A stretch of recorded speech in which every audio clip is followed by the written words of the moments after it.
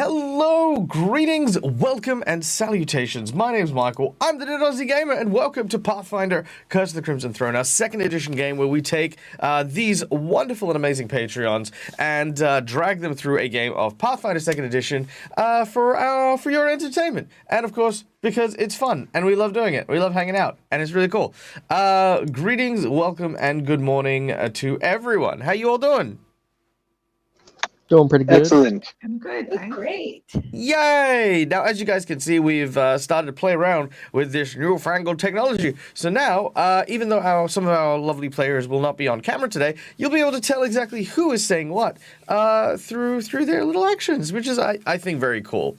Because yeah, you know, we're always trying to improve here, and so that's what we were setting up just off screen before today's game. So hopefully you guys will enjoy it. Let me know in chat if you do, if you think it's distracting, if you like, you know, I mean, just let me know. Let me know. All right. Well, before we get started, guys, let's take a moment to thank our sponsors for the show who help us, you know, like keep doing this cool stuff. We have, of course, Hero Forge for the wonderful artworks you can see on screen there, which, of course, as you can see, you can do a lot of cool stuff with Hero Forge. Not only get your models 3D printed for you to use back home in your own real games, but also you can make tokens for VTTs like my one up here, or use them for like really cool like Discord like chat things. Where you can actually make your avatars speak, kind of. But yeah, so lots of cool stuff there. We'd also like to thank Sirenscape for the wonderful soundtracks that you will hear over the course of today's session. Good, excellent, all that's working. Then, of course, last but not least, we'd like to thank Fantasy Grounds for the VTT of our choice, which allows us to continue to play on this really cool battle map. Now, guys, let's throw the ball over to our players so that we can let them introduce themselves, their characters, and just we'll go from there. Starting with none other than our dear friend Twiff, playing the role of Padrig. Hello, yes, I'm playing Padrig, who is a spell shot gunslinger. Padrig was going to go to school to be a wizard, lost his scholarship, got kicked out when he was framed for murder, has avenged that, but has continued on the path of melding magic and weaponry, and added some alchemy into the mix there. And that's pretty much it. Fantastic. Now, joining us a little later will be, of course, the infamous Malakisa, our dear friend, who is playing Holly, our roguish fairy. For now, however, they are doing some other stuff and will be hopefully here in time, but we'll find out. And then next on our list, of course, is the inquisitive Quinn, our investigator, played by the ever-amazing Ire Genasi. Hello! Oh, how are you? I am doing much better now that I get to play a fun game this morning. This is going to be great. It's going to be amazing. You know, we don't have anything like, you know, crazy, sinister, or, you know, like potentially evil happening right now. You're scaring me. It's fine. We're all good. So tell us about Quinn. I'm actually mesmerized by the facial expressions there. Quinn is a native born and bred to the city of Korvosa. She's an investigator and cares very deeply about the city and its populace. Very, very cool. That's and you've got ties with all kinds of people throughout the city as well, don't you? You've got like ties on Eel's End and ties in Old Korvosa. Yeah, you got lots of friends. Some of the grittier parts of society. Mingle with those too. No, definitely. Next up, of course, we have Dante playing. We have Dante being played by our dear friend Rykon. Rykon? I think Rykon is AFK according to the chat. Very well. In which case, that is Rykon. There's Dante. Dante is a Kitsune druid who has been trying to come to discover who has been dealing drugs to the people of Korvosa. For his friend fell victim to the drug peddling of some of the underworld folks, and he's on a quest to try and figure out who, where, what, and why. Hasn't made too much progress on that just yet, but hopefully traveling with this group of people, including the investigators, will yield some useful information at some point. There you go. Next up, of course, we have Agnes, played by my dear friend Laura Bones. Hello. Hello. Yes, poor Agnes, who got kind of caught up on all of this. A reasonably long-term resident of the city, a psychic by nature, and yeah, her city's gone down the pooper, and yeah, she wants to do something about that because, well, she's got a daughter to look out for. That's true. Can we turn up your gain just a teeny tiny bit?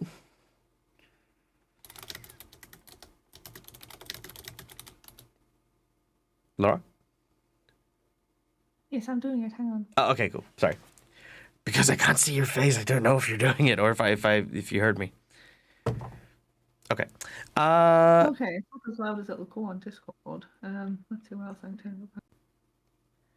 No, that's okay. You're always a teeny bit soft. Maybe it's also just putting your microphone like a little closer if you can. Just I can't. Okay, fair enough. No, that's okay. You're like right at the edge of it, so that's good. That's better. All right. All right. Now, guys. Is that better? Much better. Thank you. All right. Now, guys, there's one last person we'd like to thank here. All right.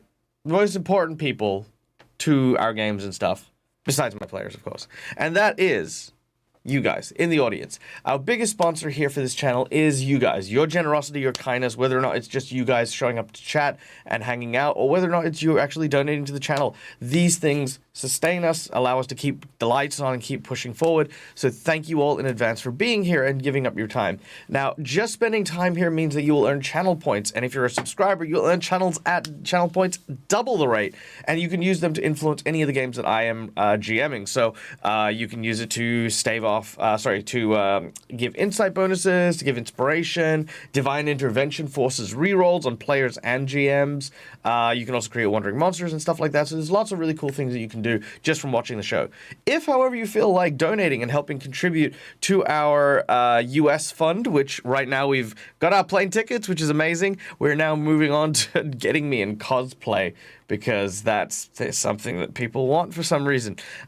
So we're going to be working on getting an Aki cosplay, which is my iconic Quincy's Tavern character costume made up. But that, of course, is an expensive process because I live in Australia and shipping takes half of everything.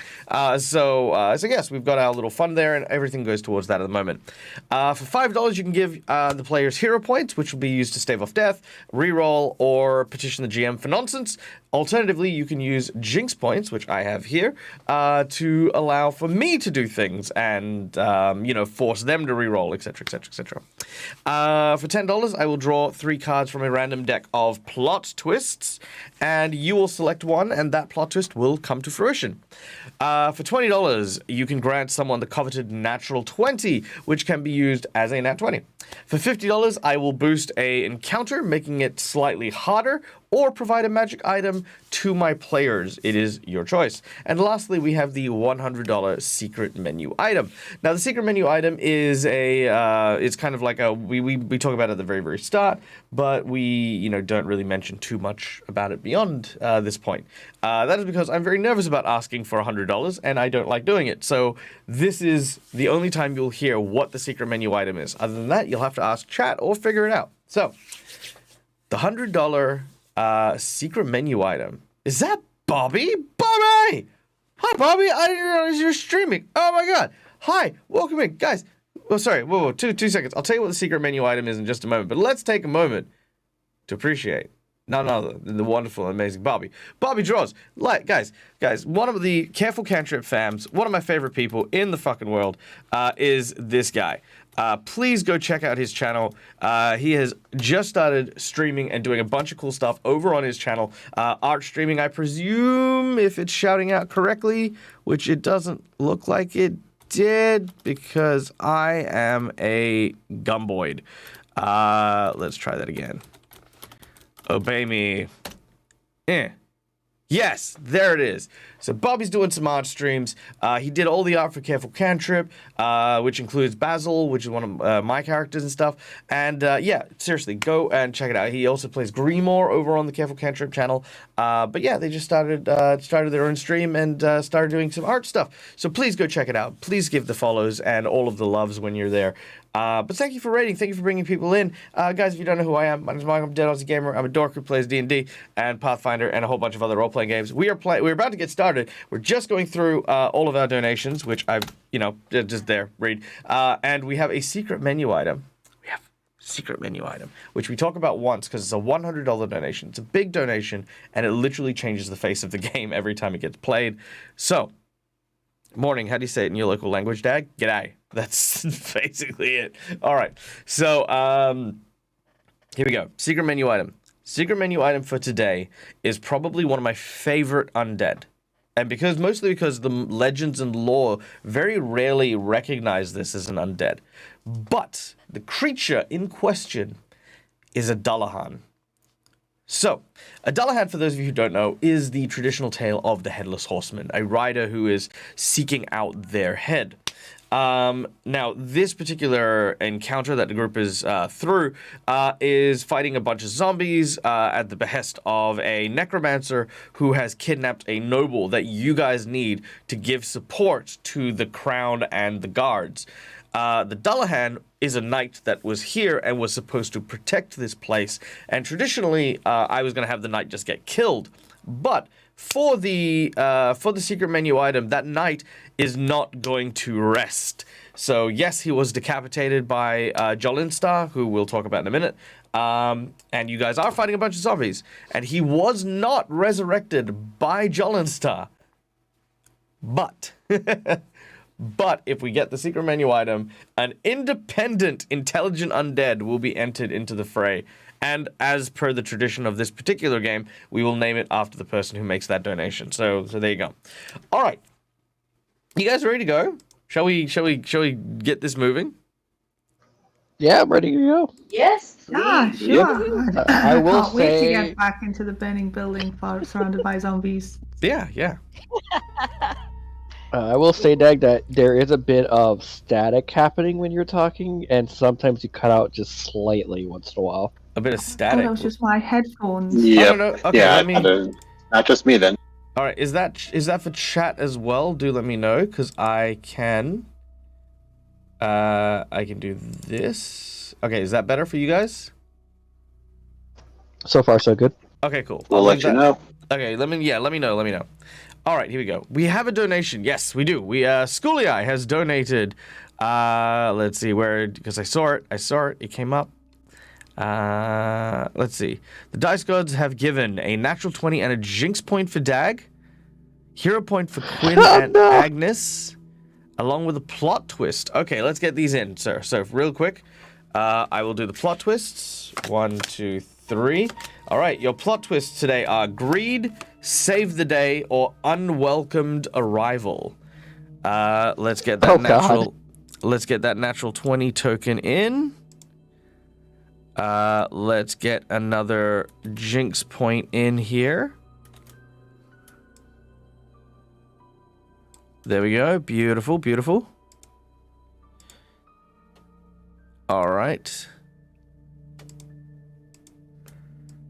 And what was it? So next, hero point for Quinn and Agnes. So hero points. Let's see. I properly set these up now. So Quinn. All right, Quinn, and then Agnes. Done. There we go. Oops, I think that's the one. Yep. An embarrassment of riches. And plot twist Schoolii stuff. wants to do a poll. And you want a for the short plot twist. poll. All right, let's do it. I'll set up the poll. So chat, you get to decide what the plot twist for today is. We haven't even started yet, but we'll get there. All right. Plot twist. I mean, it's better having it happen now instead of mid-game. That's true. All right, so greed, save the day, or unwelcomed arrival. All right, I'm going to give it 5 minutes just so that we've got some time to, like, do the intro. All right, did the poll go up? I think it did. Yes, it did. All right, cool. Map, So, by the way, please. I will get you that in a minute. Okay, cool. And also, thank you to Classic Sam, Seagard, and Iron Genasi for the donations and the bits. And thank you and welcome to Thimble's Edge for the follow. Much, much, much obliged. Okay, there we go. Chat has started a hype train. Oh my god, hype train. Wow, thank you so much. I'll tell you what, guys. Whatever level of hype train we're at, that is how many potions of healing I will hide around the house. Okay. Cool. There you go. Okay.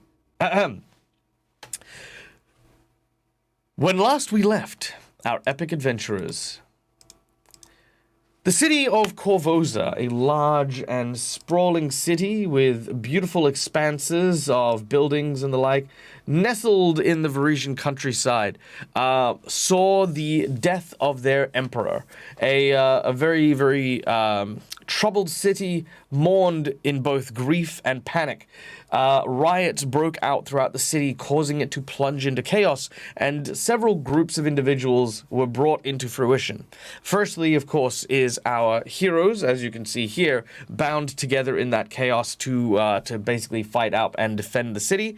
The second, of course, was the forces of the Queen, widowed now, trying to maintain some semblance of order over the city.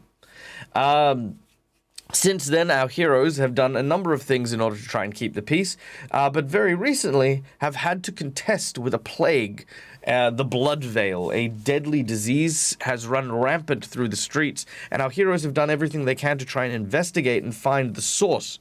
Learning that a sunken ship named the Direption was carrying these skull-like coffers filled with plague rats and gold coins, it was determined that the coins themselves are the source of the plague. Having gone into circulation and carrying the disease with it, thanks to the aid of the magical box, the group had to work together in order to one, warn the right people, and two, start to bring those coins out of circulation. Now, Patrick and Quinn, the two of you have gone to the Temple of Abadar with this and you know, kind of told everyone about it and said these very, very unique coins from Ustalav are the ones that you need to pull out of circulation.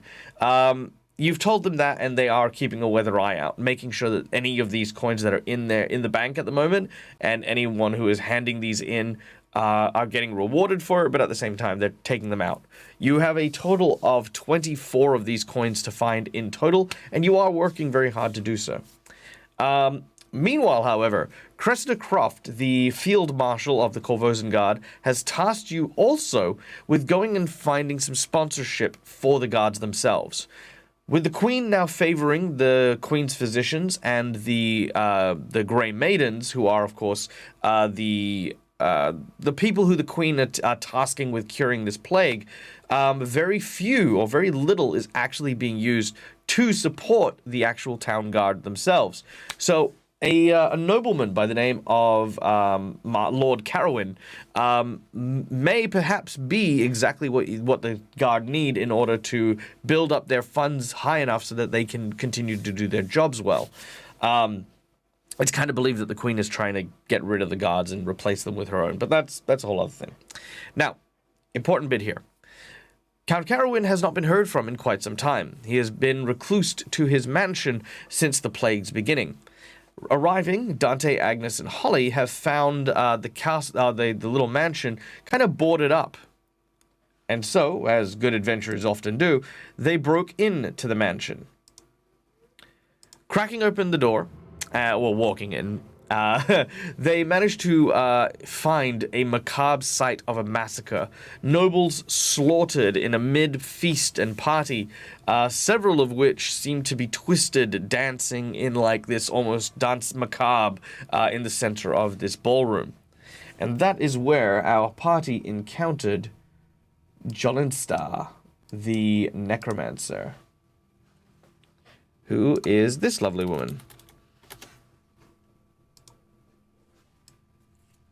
Now, she claimed that these big, rich, fat cats were sitting here getting plump off life and the like, but weren't really grasping or understanding how much one can really squeeze out of their gluttony and greed, and had been working very hard to kind of prove it in the form of a mass slaughter where Jolistar raised them as the undead. All right, cool. I've seen the poll. I have the plot twist right here.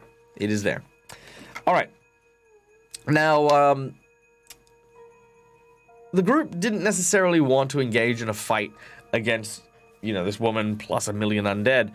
So, after learning about what they had and revealing that they were here for, Lord Carowin, Jolistar decided a game would be the proper thing to do, especially at a banquet and a ball such as this. And so a game was met. If our heroes could avoid being devoured by the zombies and locate and rescue the trapped nobleman who is still alive in this house, then she would allow the rest of you to leave safe and unperturbed. How many? Well, look, I feel like the chat is now just really kind of getting in behind, healing everyone. So, guys, thank you so much. I am trying to keep my composure while doing the recap. Holy hell, guys. Okay, so really quickly, thank you to Ire Genasi, McClover, Laura Bones, Rykon, Schooly Eye, McClover again, Rykon, Ire, Seagard, Laura Bones, Twiffer, and Laura Bones. I feel like my players really want those health potions. Thank you so much for the donations and the massive gifted subs, guys. It's super appreciated. It goes such a long way. Like I said, we have hit a level 6 hype train. This is like the biggest hype train I've ever had.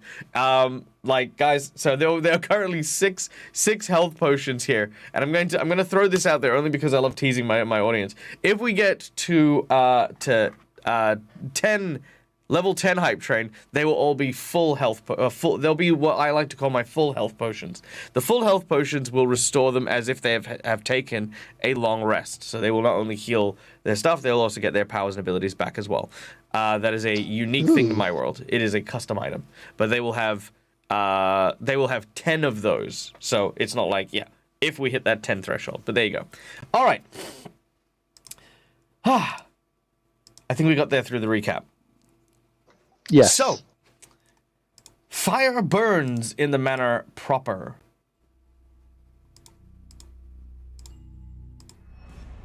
And zombies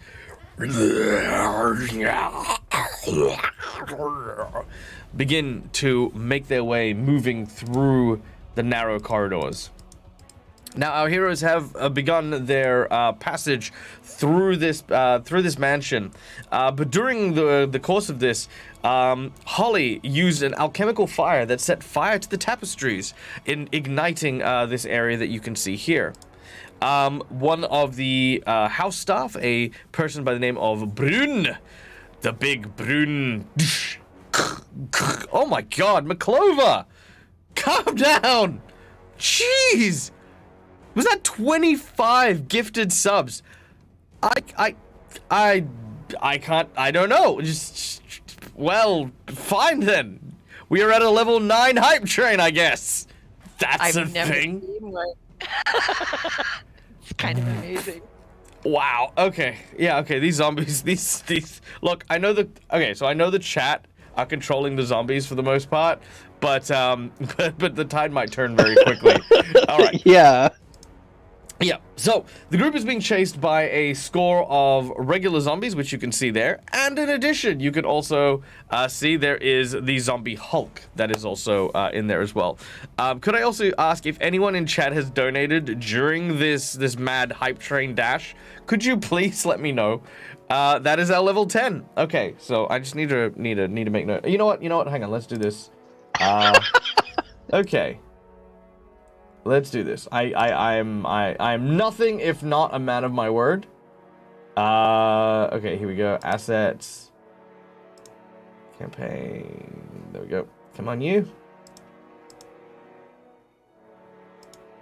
All right, so here we go. So this is...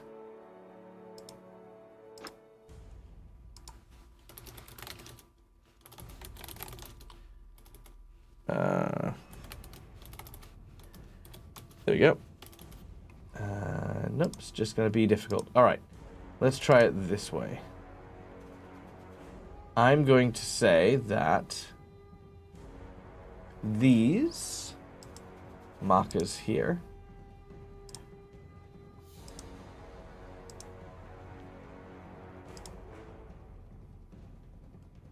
oh, there's a transparent. I need a marker, please. Any marker will do.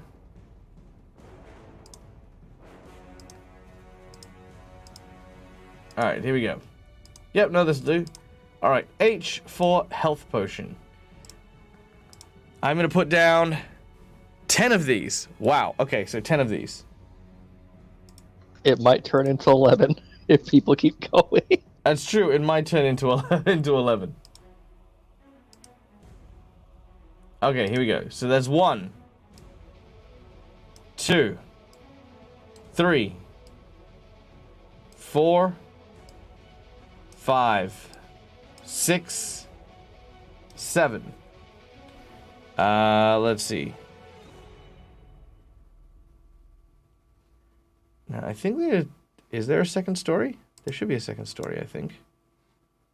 Yeah, there's stairs. Oh, yeah, there we go. Yep, it's just on the other side of the map here. Somebody guys say 7. Okay. 8, 9, 10, because there's a medicine cabinet. Oop, that's news. Do not do that. There we go. 9. Technically, there's 3 floors. 10. Yeah, that's true. Oh, that's the basement. Oh, you know what? That makes sense. All right. Let's get 11 in there. No, we're not at 11 yet. Okay. 11 will go in the basement if we need one. All right. There we go.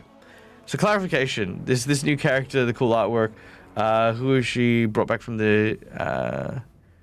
So, Dad, clarification. This new character with the cool artwork, is she who brought back the undead or something? Oh, right, yes. Yes, she did. So she is part of a society known as the Harlequin Society.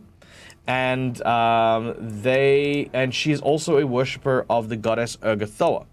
Now, Urgathoa is a god of undeath, gluttony, and disease. And what she's obsessed with is gluttony, the supping and the devouring of life as we know it. So she was very, very much like the feast must go on, the banquet must go on, the party must go on. They want to enjoy more. So that's kind of it's just like it's like an exploration of a different angle of the same god of, you know, zombies and undead and stuff. All right. So in the win, yeah, literally, yeah. Chat is so fickle. Last week it's all like, let's kill everyone, and now it's like, now clearly the two favorite players are back. You know, it's just now like, let's give them health potions. I see how it is. I mean, I'm gonna take credit for it, right? It's true. It's true. All right. Okay, let's flip into initiative then, shall we? All right. So there we go. Dante. The fires rage, and both Knowing Ape and Dazzle, the two zombies that are there, are right by your side. What do you wish to do?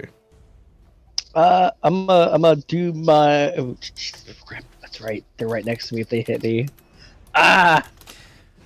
Keeping in mind, Pathfinder 2nd Edition, you only get an attack of opportunity if you are trained with attack of opportunities. Oh, okay. Well, it's more for casting. I didn't know if they could get that with casting, if I was casting or not. I forgot about that. Then I'm just going to do a level 2 AoE heal. Ooh, very nice. All right, so using 2 actions, you... Well, I said 3 actions. sorry, 3 actions. Sorry, I thought you said level 2. It's a level 2 spell, right, but it's right. a tier 3 ability. I'm with you. So I have to... Do you want me to just do the check on one zombie? Do it. Yeah, do the check on one zombie, but then throw it in chat. Oh, hold on. I have to actually hit them first with it because it's a fort save.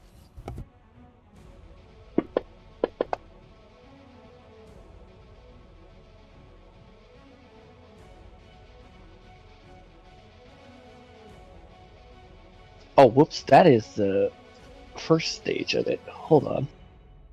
So I just need to roll it one more time. So 8 points of damage to each of the zombies.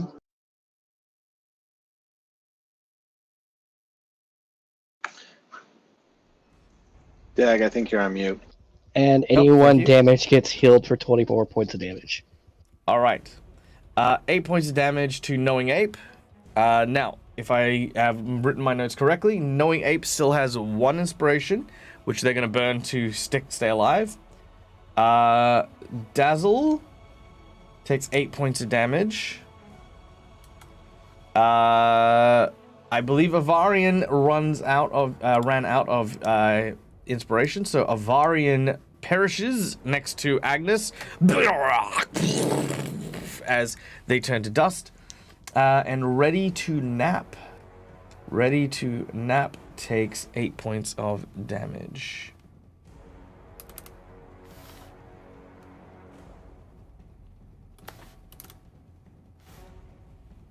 All right. Done and done. Is there an easy way to find the characters? No. This is chaos. We have yeah. Agnes should be back up to full because I think it shows that they only have 24 wounds. Let's see, because everyone is healing 8 hit points as well. So 24 hit points. 4 hit points? 24. Oh, 24. Yes, then Agnes will be on 4 hit points. All right. So, Rykon, Dante, as they raise their hand, lets loose this huge aura from outwards from them. It incinerates one of the zombies and heals your comrades. That is your full turn. We then go to the zombie Hulk, Brune Brassax. As this huge lumbering form has reached through, I believe Holly was grabbed, but then wrenched from the hands of this giant zombie by Agnes. Is that correct? Yes, Agnes barely managed to pull them back. Well, we're in like a bit of a tug of war. Still, I'm not sure. Yeah. Okay. So once again, the giant is going to try and pull both Holly and Agnes into the fire. I need a athletics check for you guys.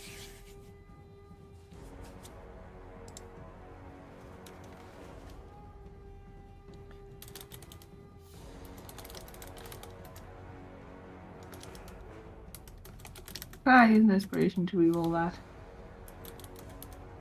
that. You may use your hero point or your inspiration. Do we have inspiration? My hero point, sorry. Nope, no worries. Hero point consumed. Make your reroll. Wow. All right. Let's see if the zombie Brune can respond in kind.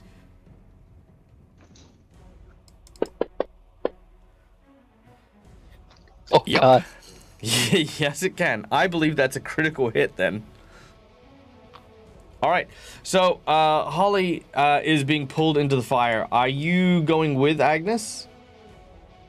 I'm not going into the fire with her. No, I would let go. Okay. I'm going to say that's going to pull you a little bit closer, though, but you are going to Oh, let yeah. go. All right. Well, So, as soon as she realizes I'm going in there too, she'll there's no point both of them being burnt. okay. Now, because Malakisa is not here, I'm going to I'm gonna do a little bit of damage, but I'm not gonna put her in mortal peril. I will not kill a player while they're not here. It's not my style. But as the giant zombie reaches out and grabs hold of the fairy rogue, pulling them through the fire, that's gonna be 1d6 fire damage, which is 2 damage. And then look towards Holly, and then just with literal spit and like just this gore and viscera kind of like exploding as it yells before leaning back almost baseball pitch style and hurling Holly at the door nearby. Holly, until she returns, is going to be knocked out by the impact against the door. However, this will bust the door just enough to reveal the people on the other side. Padrig and Quinn, our investigator and gunslinger, you have managed to go and speak to the people at the Temple of Abadar and conduct your business there, only to return to your headquarters and find out that the others had gone to this castle. You didn't know what to expect until you came to the front door and suddenly, boom, something hit strong against it. You then see the door is now broken ajar, and with a little bit of effort and force, you open it to reveal Holly unconscious next to the door with what looks to be a massive zombie, probably about 8 foot tall and about as built like a fridge. If you've ever played Gears of War, like on Xbox, that's what you're looking at, right? This just giant dude who is just looking straight down the barrel towards you guys. What is your reaction to that? Shocked. I take a step back in surprise and a bit of horror. And then my nostrils widen. I'm like, do I smell smoke?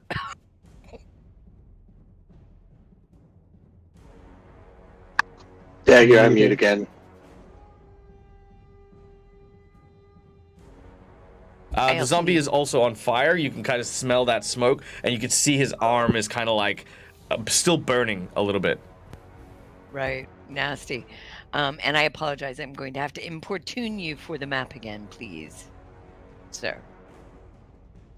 You should charge me for that. You should not charge her for that.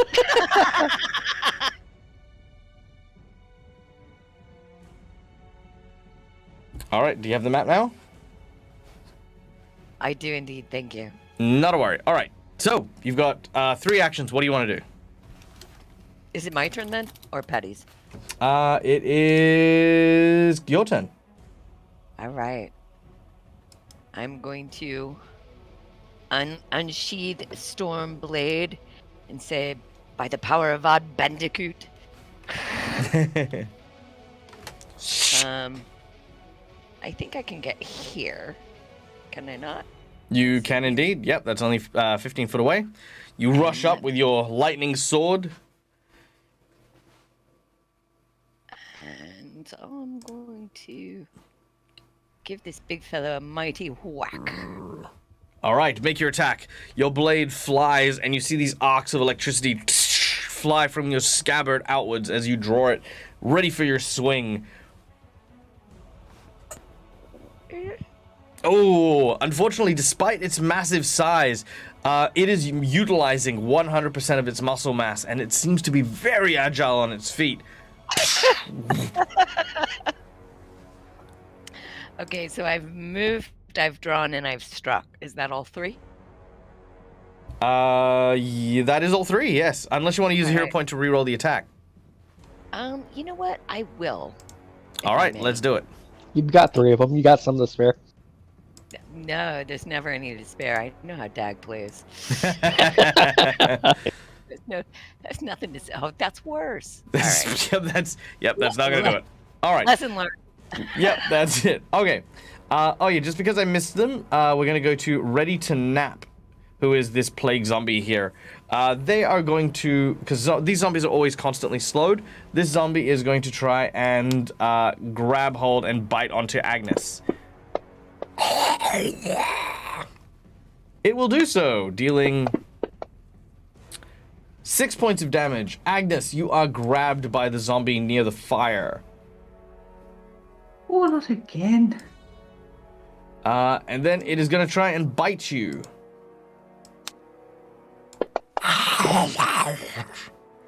But it does not manage to. You kind of push it back. You kind of keep its jaw just away from you as you are, moving it away.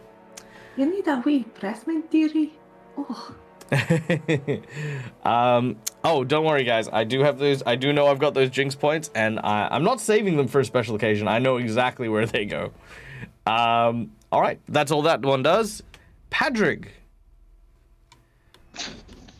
All right, so Padrig, seeing this door being cracked open by Holly hurled against it from a flaming gigantic zombie, gives more of a resigned sigh. He wasn't sure what to expect, and yet this does not feel unexpected, given the party. So, since the door is open, I've got a clear shot. I am going to get ready to load and do my reload power, which is a knowledge check, to see what I know about zombies and whether silver or holy water bullet is going to be better.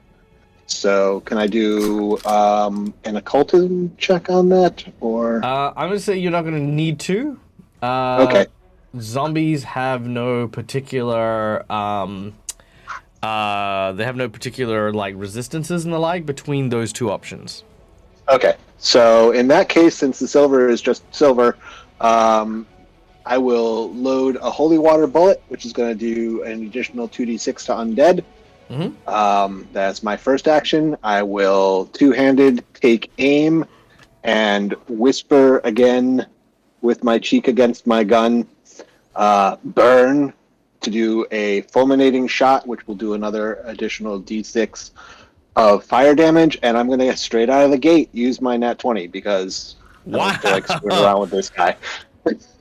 There ain't no screwing around. Okay, so No that's your natural screwing 20. around. There's a giant flaming zombie.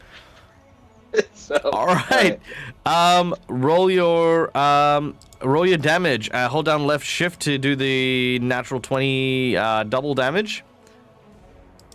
And then we'll roll the damage, the extra damage in the chat, and then I'll add that to it as well. All right. As the bullet flies out, you can see this this very, very cool looking iron cartridge. It's got like the backing like a regular bullet, but then this kind of shatter glass actual hollow point at the top. As it flies through the air, it penetrates the chest of the zombie, shatters into pieces, and sprays holy water throughout it and into it. The creature takes 18 points of initial damage from the crit. all right, so it's 2d6 from the holy water. 46? So is that another 4d6? Do I drop that on him? Drop or that in on the chat. Yeah, drop that in the chat. All right. Yep. So that is an extra 15 damage, And then it's which it is 1d. weak against, so it actually takes 25 damage. All right, and then the fulminating shot does another d6 of fire damage. That's 2d6 more fire D- damage. All right, so that 8 is an points extra fire 8. damage. All right. A massive, massive blow to this creature. It now has this huge gaping hole just in its chest. You kind of watch as he kind of like leans in and puts his finger in it like he's like exploring it. But this creature is still up and very scarily is coming up to being bloodied but is not yet. All right. Then for my last action, because this is what Patrick would probably do, can I pull Holly out of the line of danger since she's on the floor and unconscious? Just kind of move her out of the way. Not a problem. Holly is pulled and kept to the side. All right, that's my turn. All right. Dazzle, the plague zombie. Dazzle is going to go for a grapple to grab onto Dante. Dante is grabbed. It sort of grabs onto your arm and sort of pulls it aside as the zombie Dazzle is now trying to bite you in the neck, exposing your juicy, vulnerable self. It does not manage to do so. Man, what is with these guys? You know what? It's always the bite. You know what? I'm going to use a jinx point on this. Boom. Actually, where's my other jinx point? There it is. Jinx point. Let's do this. I want my arms. I want to bite. I want this to work. There it is. Oh, All right. that was almost a nat 20. That wasn't oh yeah. Okay. So that is a 9 points of damage from the bite, and in addition, let's make a fort save. Damn you. All right, very well. You know what? I'm gonna use a jinx point. Reroll it. Look, I don't get to use these zombies much, and this guy, Dazzle's the man. Damn it. Okay, fine. No extra effect. You do not carry zombie rot. But you are being eaten. Absolutely. You are 100% being eaten alive.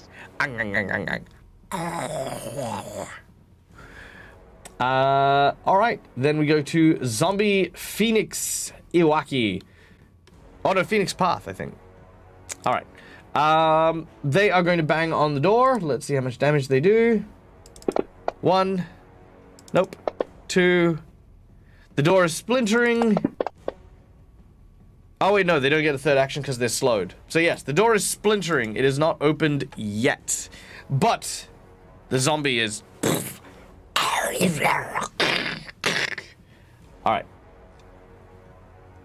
Agnes, you're up. Was Agnes grappled?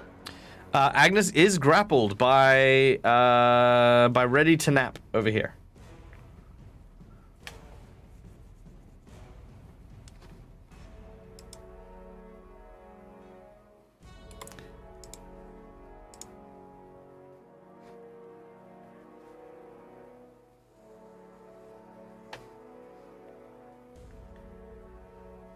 What does that mean in Pathfinder 2? Sorry? What does that mean in Pathfinder 2? What does it mean? Good question. If only I had really cool cards. You're held in place by another creature. You are flat-footed and immobilized. You must attempt if you attempt a manipulate action while grabbed, you must succeed a DC 5 flat D20 check, or the action will fail.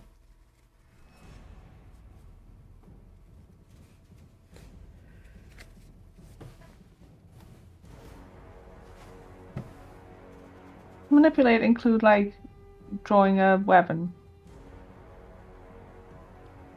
You're gonna draw manipulate? No, I think drawing a weapon wouldn't count. You can draw a weapon fine. Maybe Agnes just wants to pull out a rolling pin and bonk this zombie across the head. Let's do it. You pull out the rolling pin and you try to smack the zombie in the head. Make your attack.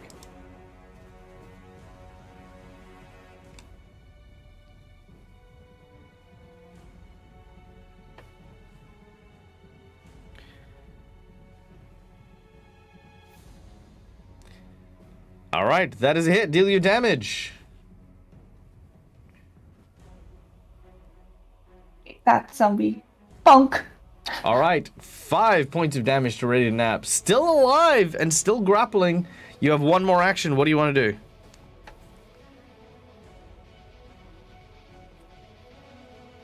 Bonk him again. All right, make your attack. Don't forget you'll be using your second action for your attack, which will be a -5 penalty. Oof, that does not do it. But it doesn't crit fumble, which is also good. All right, so you are still grappled as you are whacking on this zombie. Which brings us to the last of the zombies, Knowing Ape, who is currently... he's fine. All right. Oh, For my. now, he's fine. All right, so I'm going to try this. This is going to be amazing. I need to put that on you because I forgot that that was a thing. All right, here we go.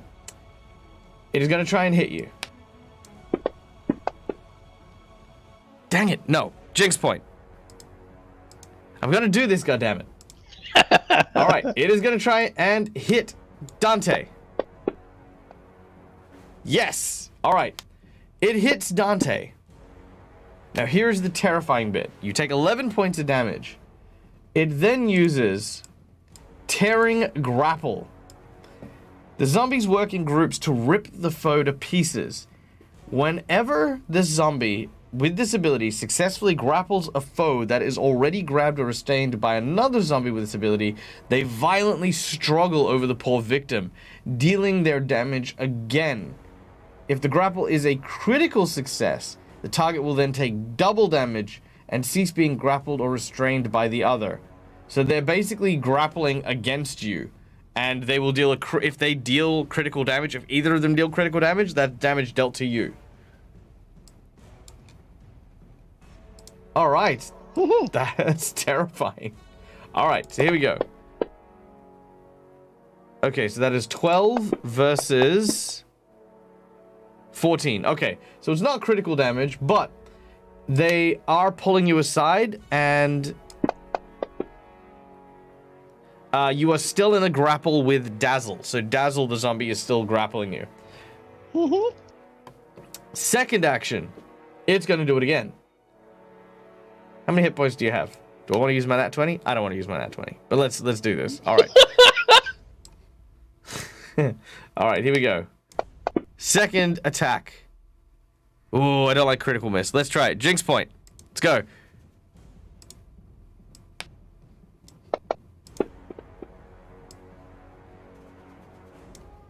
And look, I remember the insight bonus from last week was don't get surrounded. All right. You're hit by this for an extra 6 points of damage. Then we go with the grapple again as they're literally pulling you apart from both ends. I mean, Hey, in a sense, Aftermath I'm Euphoria. surrounded. Sorry, what was that? In a sense, I'm surrounded but not surrounded at the same time. Yes, very true. All right, we'll come to the raid in a second. All right, so Knowing Ape gets a 15. That is a critical hit. Oh no! All right, you hear something tear as you take 15 points of damage as the zombies are pulling you left and right. This is definitely not where you want to be. All right. No. Now, first of all, before we get started, Aftermath Euphoria, thank you so much for the raid and bringing your people here. Guys, welcome in. My name is Mike. I'm Dead Aussie Gamer. I am a tabletop role-playing guy. We're playing Pathfinder 2nd Edition, Curse of the Crimson Throne. Our group is in a mansion filled with zombies, playing a macabre game against a necromancer to search the zombie-infested mansion for the one living person who they need to rescue. If they do so, they get to leave. Unkilled. They do have a time limit on how long they can do this for. But that is what they're doing. Right now we have, in our group, we have Padrig, the gunslinger, played by Twiff. We have Holly, who is unconscious, played by Malakisa. We have Quinn, the investigator, who is currently using a lightning sword to battle a giant zombie over here. We have Dante, our kitsune druid, who is currently being pulled apart by two smaller zombies. And we have Agnes, our psychic, who is currently being pulled apart by one zombie. That's where we're at. That's what we're doing. You've been jamming Abomination Vaults. Ooh, oh, you're looking into it? I would recommend it. It's apparently one of the best 2nd edition modules around at the moment. But yes, feel free to sit down, get your snacks, chill out. We have channel points that you guys can use to influence the game, or if you want to donate, there we go. We got a bunch of donation stuff that you guys can do as well. Okay. Thank you for your time and your patience. All right. Back to the top of the round, Dante.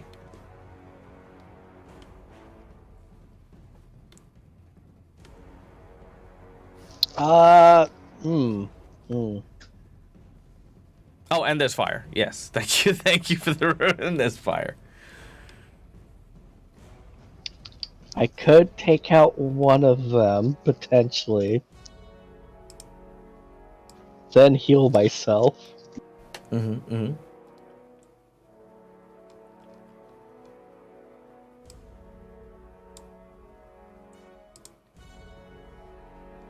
Yeah, gonna attempt to hit Knowing Ape. You gonna try and hit Knowing Ape? Okay, make your attack. That is a critical hit on Knowing Ape.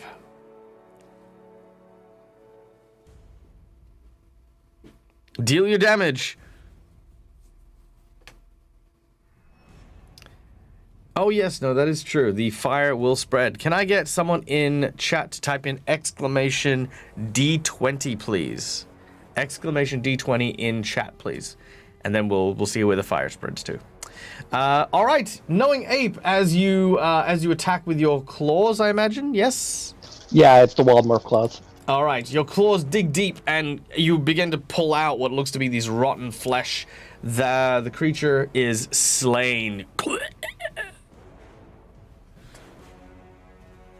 All right, we got a 14, an 18, a 6, a 7. Okay. Heal myself. And you're going to heal yourself. All right, go for it. 7 points of healing as you quickly rub your hands on your chest and you start to feel a lot better. Oh, it's feeling good. Okay. You got one more action, I believe? Nope, because... Oh, wait, no, sorry, hang on. Before you do your spell, I need you to roll me a d20. Ready? You're fine. If you, because you're grappled, if you fail that 5, you lose the spell. Okay. Yep. Okay, where... But no, the heal... Actually, hold on, let me double check. I think heal was actually only one. Yeah, it was only one, so I can actually attack again. Mm-hmm, you may indeed. Okay. You know what? Just because I don't like how this thing is nomming on me, I'm gonna use my nat 20. Your nat 20, alright. Nat 20 coming out. Deal your critical damage to this guy. Alright, that is 10 points of damage. Goes up to 20 damage, actually. Alright, let me get rid of Dante's... Nat 20 there. Boom! Alright, so your claws rake into this creature, but it is still standing. Yeah. Alright. The zombie Hulk, Bras Brune, who has taken 64 damage from the onslaught that came from Padrick.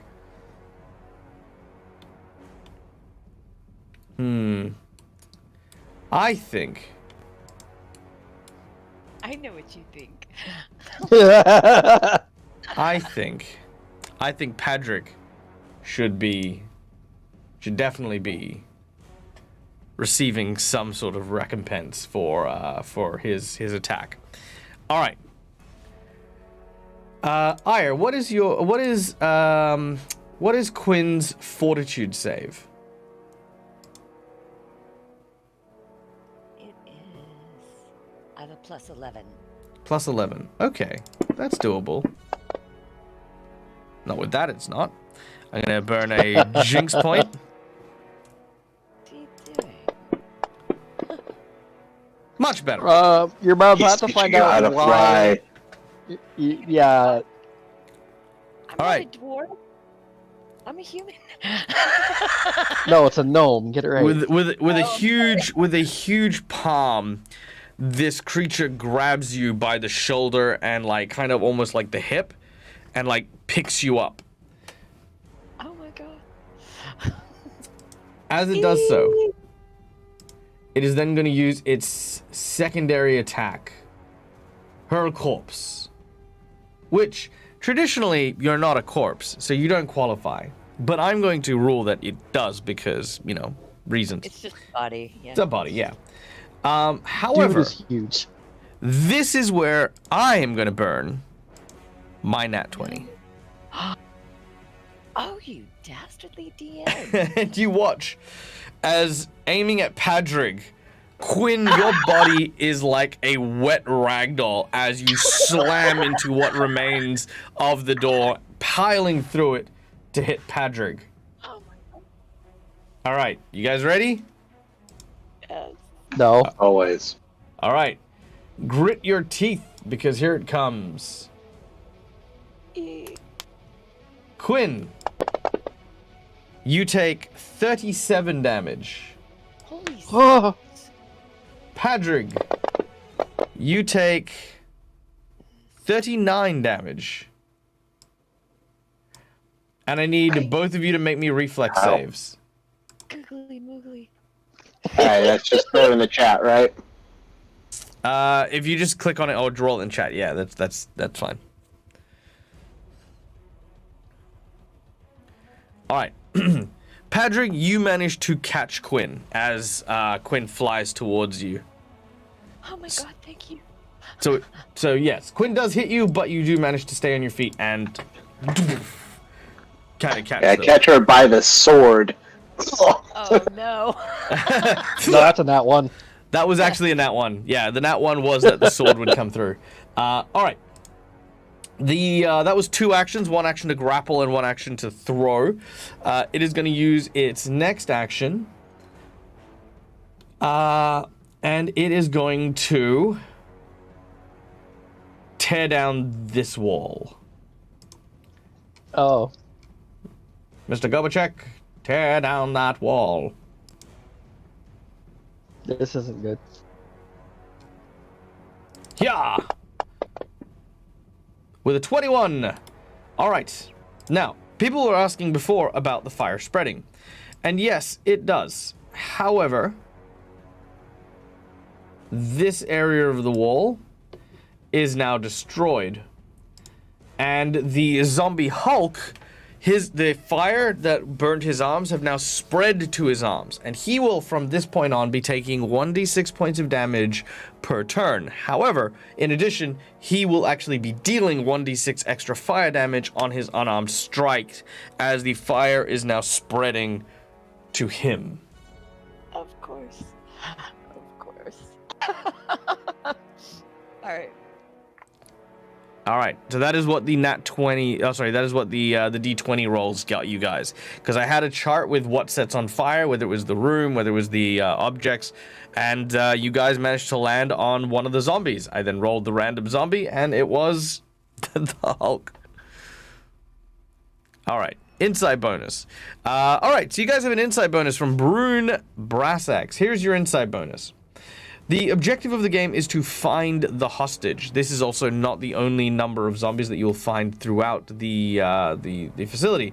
You guys are seizing an advantage. However, it may be imperative that you guys deal with the fire as well as the larger of the zombies. The 2 little zombies shouldn't take you too long, but if you do continue to ignore Brune, they are going to get to a certain point where they are simply going to be too advantageous to avoid. Yeah. Insight for your zombie boy. Oh, sorry, my apologies. In which case, disregard that insight bonus. You're not allowed to use it. What is your insight bonus? You know what? I will add this. He has, when he's clearing that rubble and debris, he's creating difficult terrain here. There you go. So he's basically just throwing all of the stuff that he's like ripping out of the wall. He's just throwing it towards the door. So that area there is now difficult terrain. There you go. Done. And you mentioned the time limit, but I don't think I heard what the time limit was or have an idea of how long of it has elapsed since. I believe it was until daybreak. Okay. Was that right, guys? I don't remember. We have time, though, if it is. I don't remember the time limit. Well, it is until dawn, because all right, that works. You will be dead by daylight. Oh. Ha! Ha ha ha. All right. All right, Yeah. and do Patrick and Quinn actually know anything about that whole secondary objective? God, no. No, Yeah, not okay. yet. We're just here. We just Zombies had and fire. our fairy friend thrown through a door Yeah. and saw a zombie on fire. Yeah. And Holly takes a moment and rolling is like, Patrick, come closer. We're trying to find a noble person before daybreak. All right. And then passes out again. Just pass straight back out. All right. The zombie fighting Agnes is going to just bite you because you're already grappled and you're not trying to break free. So, yeah, take this. Yeah. Nom. Dang it. Gonna bite you again. Nom. That's it. Yay. I'll take it. Alright. Needs to run the Walking Dead TTRPG when it comes out? Yeah. Oh my god, I'd love to. It just bit the rolling pin. Alright. Yeah, this is the one you smacked in the head. He has the rolling pin sort of stuck in his head, and he just goes, ah, and bites your arm. Alright. Fort save. Let's see if you can make it. That's a success. You are not infected with the plague. All right. Quinn, battered, bruised, and beaten. You get to your feet, spit out some blood. All right, what do you do? I'm going to scramble over this difficult terrain. Can I still move this distance, or can I only get to like here? What's your move speed? I feel like it's Should be 25. 25. Yeah, it's 25. Yeah, no, you can make it. You can make it all the way to him if you'd like. I would like to. All right. I would like to size this big boy up and say, Rune, reveal your secrets and devise a stratagem. But instead Ooh, of all right. So you begin to analyze it and try to find your stratagem. Roll your d20, and that will be applied to your next opposed attack against this person. I'm going to do something really dastardly. Oh, yeah? I'm going to use my nat 20. Okay. I don't have a problem with that. Okay. But if you Sure, devise a... because it's got a cascade of stuff. Well, no... that will- Okay. I'll allow it, but I more mean like, like devising a stratagem gives you that roll, which is fine. But the question is why not just use that on the roll itself? Is it because you get all the extra stuff as well? Yes. Okay. Because I'm cognizant of the time limit, and it's gonna give because I'm using the devise a stratagem, I can then use a strategic strike. Okay. Which will deal an additional 2d6. Ah, And nice. I do have a question for you though, because I also have under feats scalpel's point, which do zombies bleed? They do not. Okay, so then this doesn't really matter. But so scalpel's point would, if I use devise a stratagem, 1d6 persistent bleed damage, but not relevant here. Yeah, the intelligence modifier for the attack, but All right. I think it's wash though on that. Roll the crit. All right. So roll the crit damage on him. Yep. Okay, 1 second. Let's see. So I do it twice, or do I? Hold down the left shift, Okay, left shift. and then just drop the dice on him. Okay, that is 31 points of damage. And then we have, And then anything extra, throw in the chat.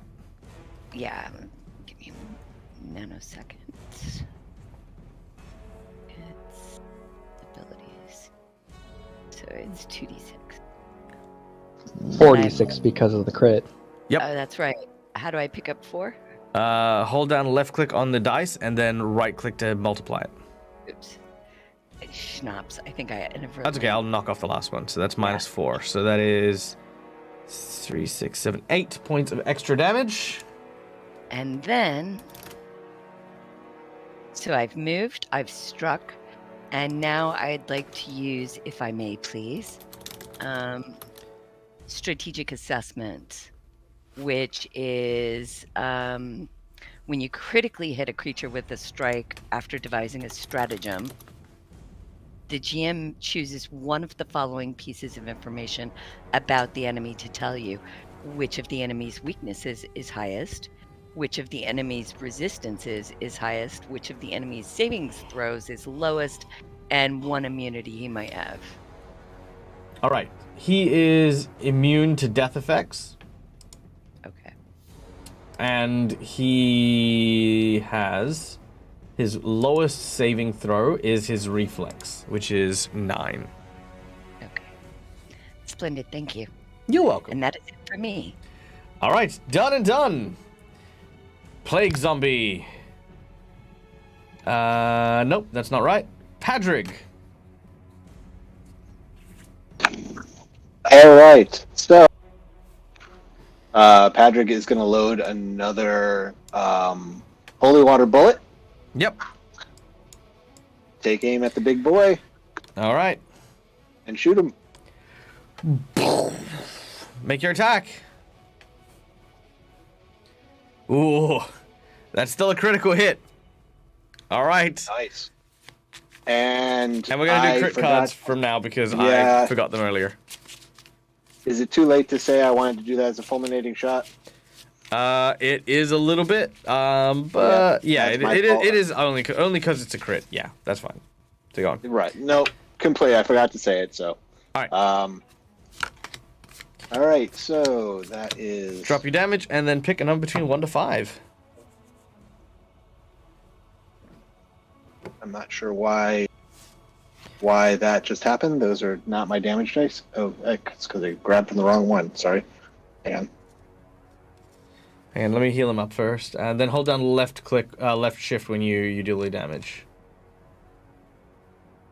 Wait, did you? I don't think he no, you- did it on top of him. Oh yeah, you didn't do it on top of the zombie. All right. There we go. That looks better. Oh, All right, nice. and then- 31 damage. Damn. And then that's going to be another 46. Yep, go ahead. Holy, 13. so another 13 damage from the holy water, and no fire damage because he was a little shaken from having his friend thrown at him and forgot. We'll play it that way. All right, so that's my reload. That's my shot. Last action, I'm going to reload with another holy water bullet. All right, give us a number between 1 to Right 5. 4. 4? 1, 2, 3, 4. Sending reeling, so that he is flat-footed for 1 round. Okay, now, this creature looks like it is about to go down. You actually blow its head clean off. Nice. However, it still has inspiration, and will use it to stave off the final blow, and is now a headless zombie Hulk. Oh no, it's become a Dullahan. It's become a dot. No, not quite. So. All right. Can't see. Dazzle gets to go next, as this zombie is going to continue to enjoy its midday snack. That is a hit. 6 points of damage. Disease. That is a I failure. would like to reroll. You would like to reroll? You may reroll. Let me burn up your hero point real quick. Boom, there it is. Okay. Reroll it is. Let's see how this goes. Bam. That is a success. You are not plague-ridden. This time around. All right. Second attack, it is going to continue to bite at you. Did that? Nope, that is a critical miss. You know what? And burn my last jinx point. All right. Here we go. With the jinx point in tow, he gets a reroll. There it is. Oh my goodness. Nom nom nom nom nom nom. Oh, and Well, max, now I'm dying. max damage. All right. With that, you fall unconscious. We do still have to make the saving throw because if you fail this, you may start. You do Reroll. fail. You want to re-roll it? All right, let's re-roll it. All right, hang on. Let's get that re-roll going. Here we go. That is a success. All right, you do not. Which is really funny because if you'd failed and you died after a period of time, you would come back. And look, I could use my hero point to just be at 1, can't I? Yes, you can. Would you like to use your hero point to stay up on Yes. 1? All right, that is your last hero point. You are on 1 hit point, still conscious. Okay. So close. Oh, Seagod, you spoil me. So nice. Look at that. I love my chat. Okay, you are on 1 hit point, Dante. Okay, all right. That is the full turn of that Dazzle Plague Zombie. Phoenix Plague Zombie has busted through and is going to come out and go for Agnes. Oh no. All right. Brarg. It will miss. That is all it does, because it's only got 2 actions, so it moved out, and it went for Agnes. Which brings us to Agnes.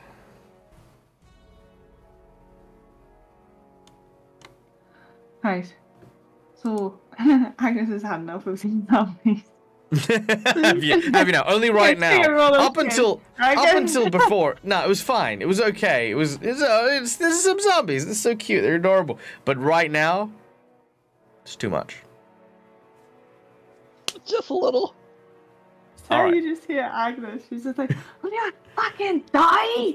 And she smacks it with the rolling pin. I'm gonna use my nat 20 this time. Oh. And, Yeah. All right. Rolling pin. Jesus. Yeah. Okay. Are you hitting the ready to nap? yep. Can I suggest you roll before you use your nat 20? Probably a good idea because you might roll you might roll a critical hit. They don't exactly have high. They don't exactly have a high AC. This is not a high hit. Give it a whack. It's what, like 10 over their AC? All right, that'll hit. Deal your damage.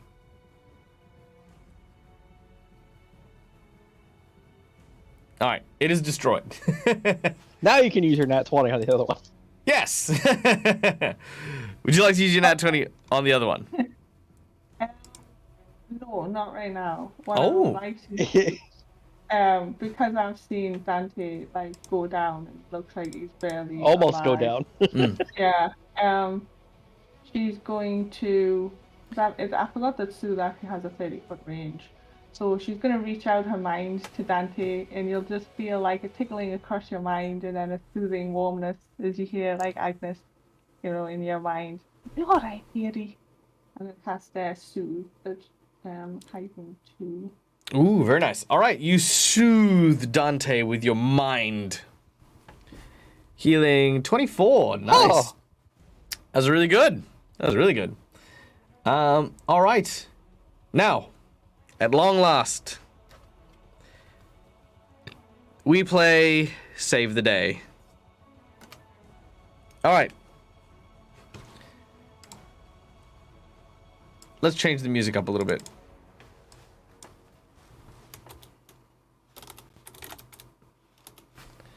There we go. Yeah, this will do.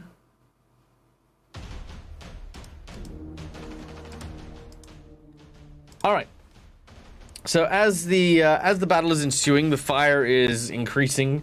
Padrig, you feel something tap you on the shoulder from behind. I will spin around. As you spin around, you see a rather familiar figure, one that you haven't seen for quite a while, actually, almost like a couple of weeks, maybe. You see a mechanical construct of some kind, wearing large robes and the like, and it says, "Hey, how's it going? I thought I recognized you. You're the guy that was in the crypt with me the other week." That's right, and you are a magnificent construct. Oh, stop! I'm actually really. Hey, no, I mean, I'd be glad to see you anyway. But I'm really glad to see you because, and I'll point over my shoulder, we got a big, honking, fiery zombie for some reason here. Oh, yeah, no, I can see that. Yeah, so, that's super dangerous. I thought I heard gunshots, so I thought I'd come and investigate.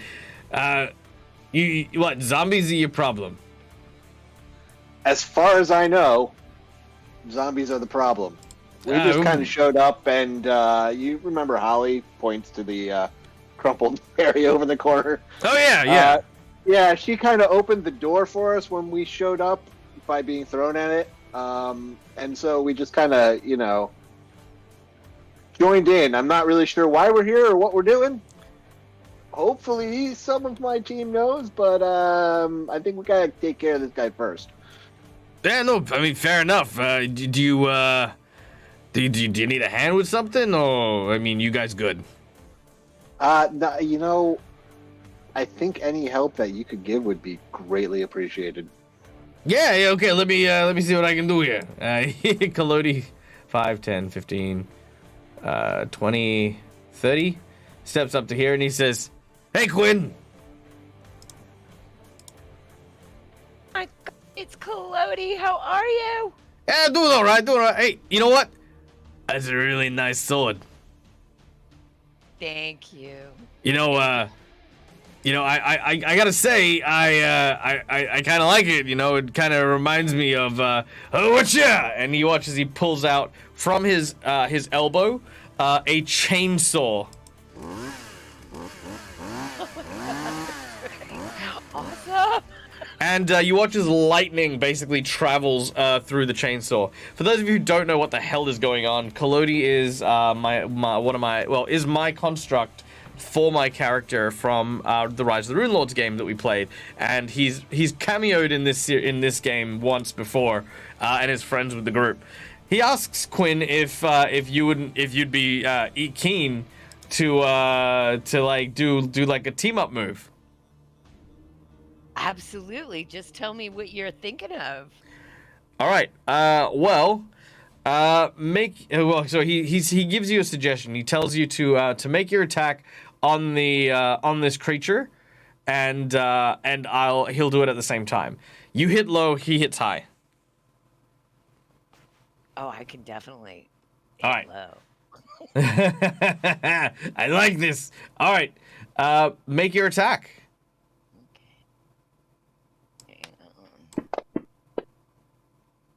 Oh, goddamn. Did Kalodi miss? No, Kalodi crit. Titty. Oh, mine didn't register. Hang on. Give me a nanosecond. I guess I was not robust enough. Holy smokes. I'm really sorry. A double crit! That's amazing. Oh, no. All right. The blood and gore is, I just can't even, no. All right.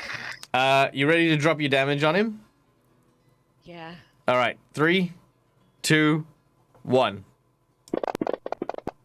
Oh, I forgot. Hold on. I suck. Let me. There we go. That's better. All right. He takes 38, no, 48, 70, 86. He takes 86 damage. All right. What the hell is this music? Stop. No. Go back to the metal music. Hold on. There. This is what we're doing now. Oh no, Chad is sad. More than me. All right, Brune. As Quinn steps forward, she thrusts her sword into like the calf muscle of this large zombie, and electricity channels through its body. Now, it creates a magnetic response as an electromagnet as Kalodi changes the polarity. Yes, that's right, I did it. It changes the polarity of the electric in his chainsaw and simply places it onto the body of the zombie. And as the engine begins its torquing cycles, you watch as Kalodi is just spun and kept only by the sheer magnetism of Quinn holding that like kind of piston in. And then as Kalodi's going around and around, cutting this zombie to ribbons, you then watch as Quinn, you kind of thrust it in, like almost like pushing that one last bit in, and lightning creates almost like a tree of like edged lightning that explodes outwards from its neck stump, and the body itself just crumples into a pile of chewed up bits of meat. As this happens, Collodi then lands, covered in blood and gore. He looks over to you, chainsaw still revving in one hand, and he gives you a thumbs up. You are magnificent. No, you! I am so glad to see you. Yeah, no, the feeling is so mutual. How's your arm doing? Y'all better now? Yeah, no, it's feeling much better. Absolutely, I'd say about 8 or 9 out of 10. It's feeling good. While he's talking, you notice that behind him, Oh no. the zombie Hulk still had 1 inspiration left. Oh, Claudia, look. All the meat puts itself back together Oh my God. as he kind of turns and looks, and he's like, No. "Well, that's a new one." That's so wrong. And he swings at Collodi and gets a critical miss. No, he does not. I'm going to use that Jinx point. It was a normal miss. No, he does not. That is a critical hit on Collodi. No! Oh my gosh. I'm too close. I don't like this. All right. That is 41 damage. I need a reflex save from Patrick. All right, reflex.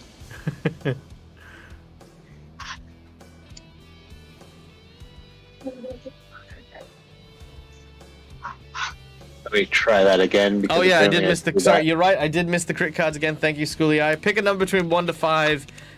Quinn. I would like a 3, A please. 3. All right. 1, 2, 3. Your crit card is lean into the blow. You deal triple damage. You know what? Roll the damage again, just in chat, because I just want to see how much damage we actually dealt with that attack. Because it could. I mean, if we deal damage over 100, that'd be super impressive. So And I'm gonna pick just, a 2. just a regular roll of damage. Yeah, just regular roll of damage in chat. Because he took 86 damage. So that'd be 86 plus 9. So that is Almost. 95. 95. Ah, so close. Okay. Let's see. Slashing. Throat slash. Crit damage takes 1d8 piercing damage. Can't talk or breathe or subject to bleed damage. Okay, you know, that's not going to work because that's not going to happen. That'll leave a mark. Takes more bleed damage. Come on. Flay. Enfeebled. Okay, there we go. He is enfeebled 3 from his attack. There you go. All right. Lurking for dinner. Have a good dinner. Okay. Let me give him enfeebled real quick because that's going to be important for later. All right. Enfeebled Is it though? 3. Maybe.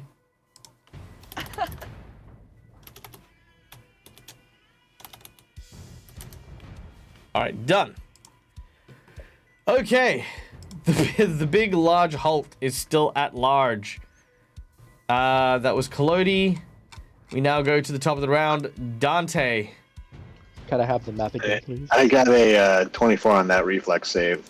Or Oh whatever. yes, you That- dodge that out of the means- way as Collodi is punted back out of the building and flies past you.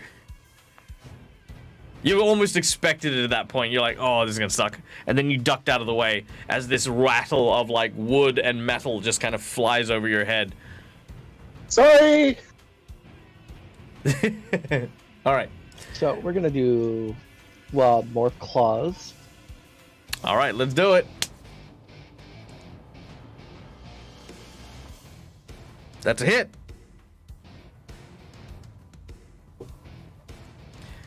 All right, And- Dazzle's still up. And now we're gonna do the gouging claw. Go for it. That is a critical hit. Oh wait, hold on. Is that that's a spell? Oh yeah, you're casting a spell. Before you do that, you'll need to roll a d20.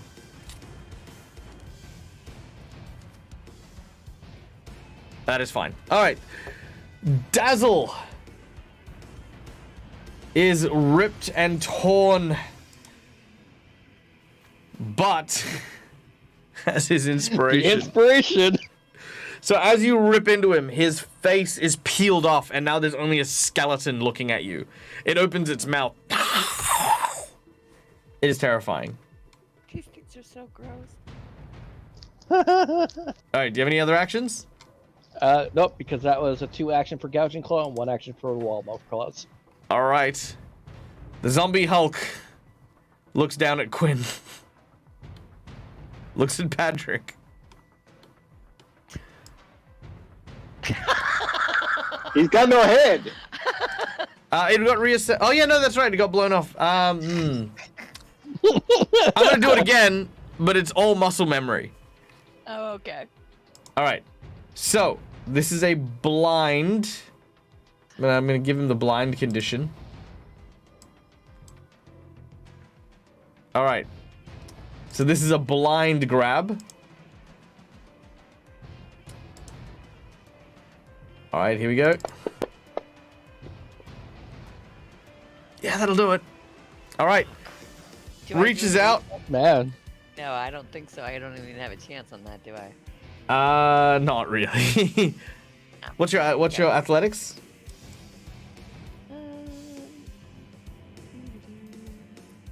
It's actually 32, by the way. I just have to roll it that way. Yeah, no, no. Yep. Okay, good. All right. Now it is gonna try and throw you.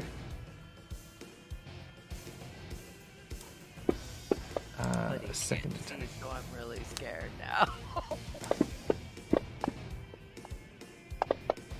Okay, here's the mischance. It hits. All right, so there was a mischance. Didn't help. All right, so Quinn, you take 15 damage. Padrig, you are the proud owner of 15 damage as well. Make another reflex save.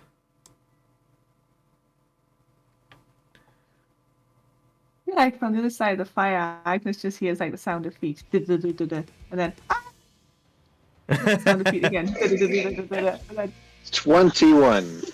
All right, 21. You catch Quinn yet again, and then you hear from like nearby. Oh, sure, you catch her.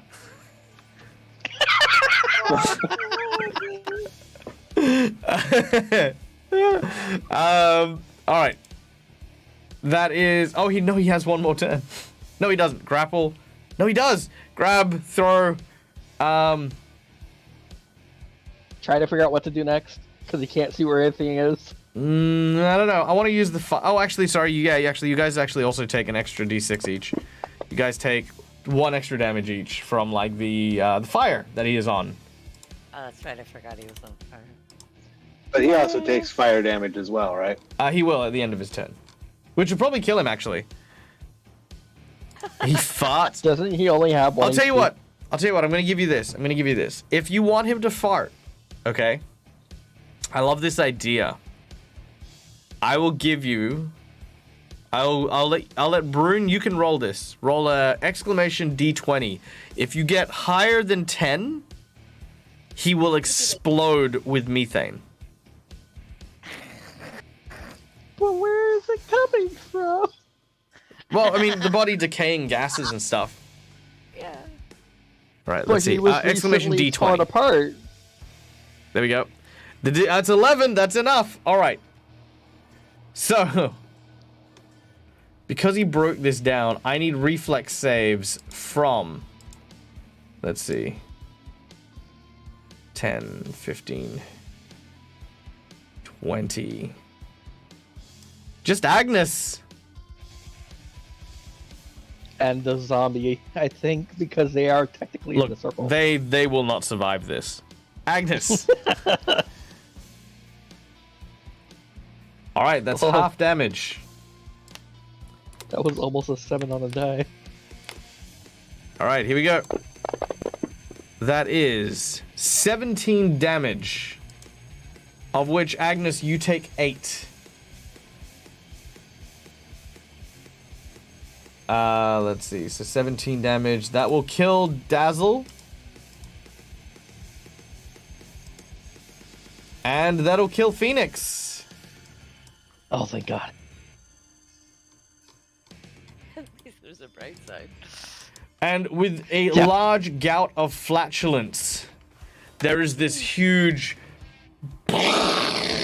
explosion. The fire mixes in with the very flammable methane and explodes outwards.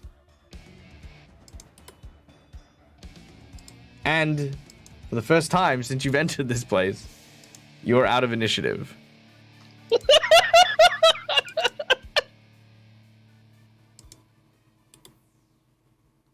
All right. Guys, hi. What the hell is going on? What did you do? Actually, we can't even see Agnes and Dante. Well, there's a wall that got Nope. torn Yeah, down. we'll go in That's and true. and Okay. All right. As you do so, Kalodi is gonna say, hey, listen, I'm glad I could help out a little. Look, if you need anything, just call the gods. But I look, I was just about to head out of town. I wanted to give you this as kind of like thanks for helping us out and stuff like that. And he hands to you a toolkit. This is a carpentry toolkit. You can use this to build, construct, or manipulate things of wooden nature. Oh, how wonderful. Thank you. oh, thanks. Hey, you appreciate your help, man. Hey, no worries, anytime. Sorry that you got thrown. Yeah, Bye. wasn't the first I mean, time, definitely won't be the last. Hey, listen, if you're ever in Sandpoint, up north a little bit, okay, look us up, okay? Me and my old buddies, we'll take care of you, good and nice. That sounds Absolutely. All right, take it easy. great. Bye. Chloe walks out. He goes, "Oh my god, that thing hit like a brick. I probably couldn't take another one of those." Okay. Okay. So gathering up, you are explained the tenuative things that have happened, the rules of the game. For those of our yeah, you can choose. You can rebuild the wall. Now that you've got a carpentry kit. Okay. For those of you who weren't here for the previous game, you were told that an elven necromancer by the name of Jolistar was here and killed most of the people that were at this party. They said that that Lord Carowin, who is the owner of this mansion, the person you're looking for, is still alive somewhere in the mansion. You need to find him before you are pulled apart by the zombies. This is only the first floor. There is, from what you understand, a basement as well as a second story, but you have no idea where the Lord happens to be. She has said that she will not interfere, but you will have to face and deal with a number of the undead as you go through. This was simply the opening, the overture to what you are facing.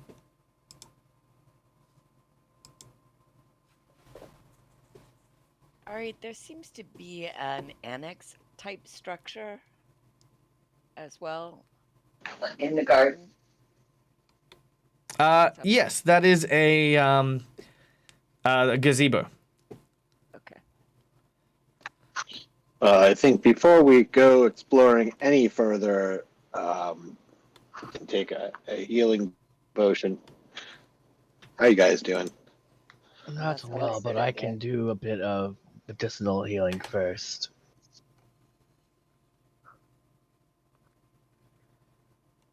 All right, I got one minor healing potion left, so I'm gonna use that. Dante only has a lesser.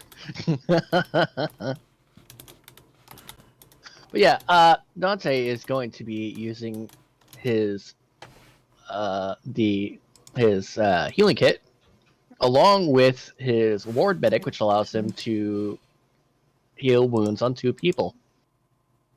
And Very nice. I am going to chance it at DC 20. All right, very well. It will be on Quinn and Patrick. Oh, thank you. Thank you. Most appreciated. Perfect.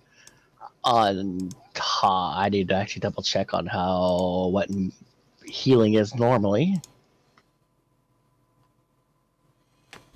I think it's 48.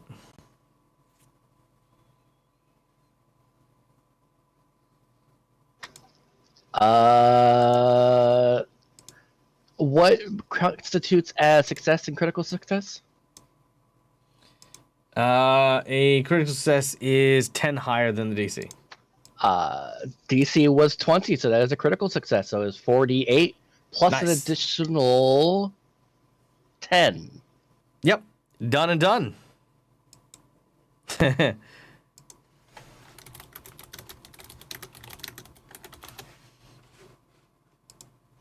You both heal 33 points of damage. Nice, thank you. Oh, that's Great, thank you so much. That's a lot of healing. Yes. Medic dedication. Nice. All right. You heal up, rest, and restore. As you guys are doing so, you hear the sounds of muffled restraint coming from nearby.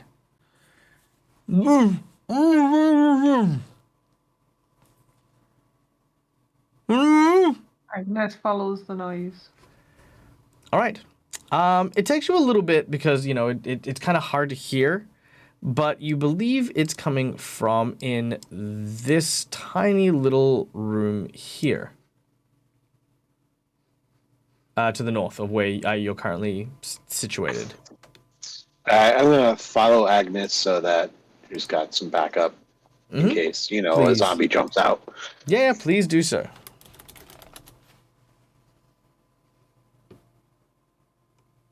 Agnes, what do you want to do? I'm gonna try the door and see if it opens. The door appears to be locked.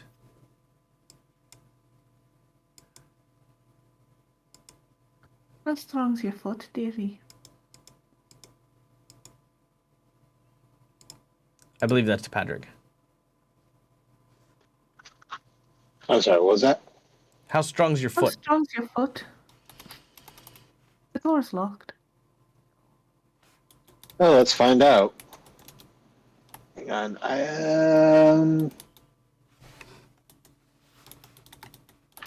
I can actually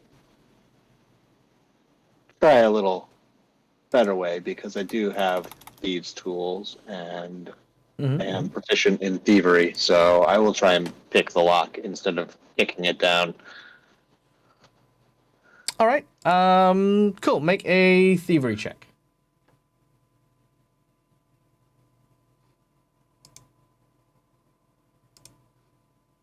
I can also, if you need. 30. No, 30 is exactly the DC you needed. Nice. All right. All right. So I will pick the lock instead.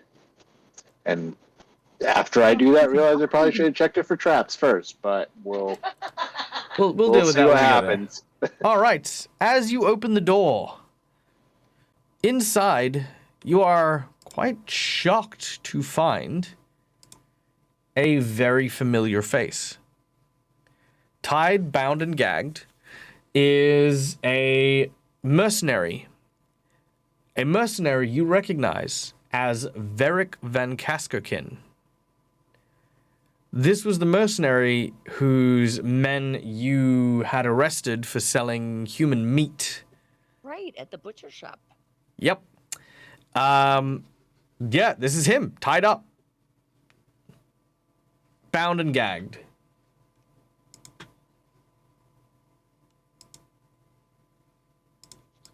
But there was only supposed to be one person left alive in here.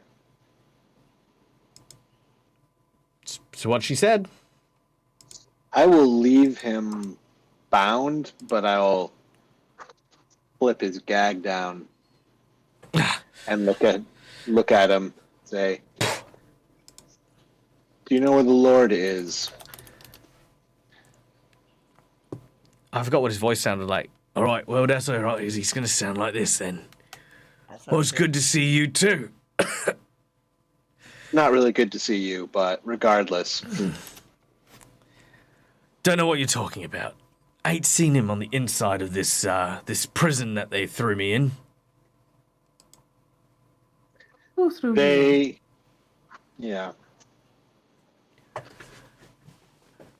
Well, look, things weren't exactly the easiest once you ran me and my boys out. Especially when you started throwing in accusations that we had been cannibalizing people. Well, you had a What? room full of dead people that, were hung up on meat hooks, and you were selling that meat, so... He yells at you. There's lots of obscenities in a mixture of common and elven.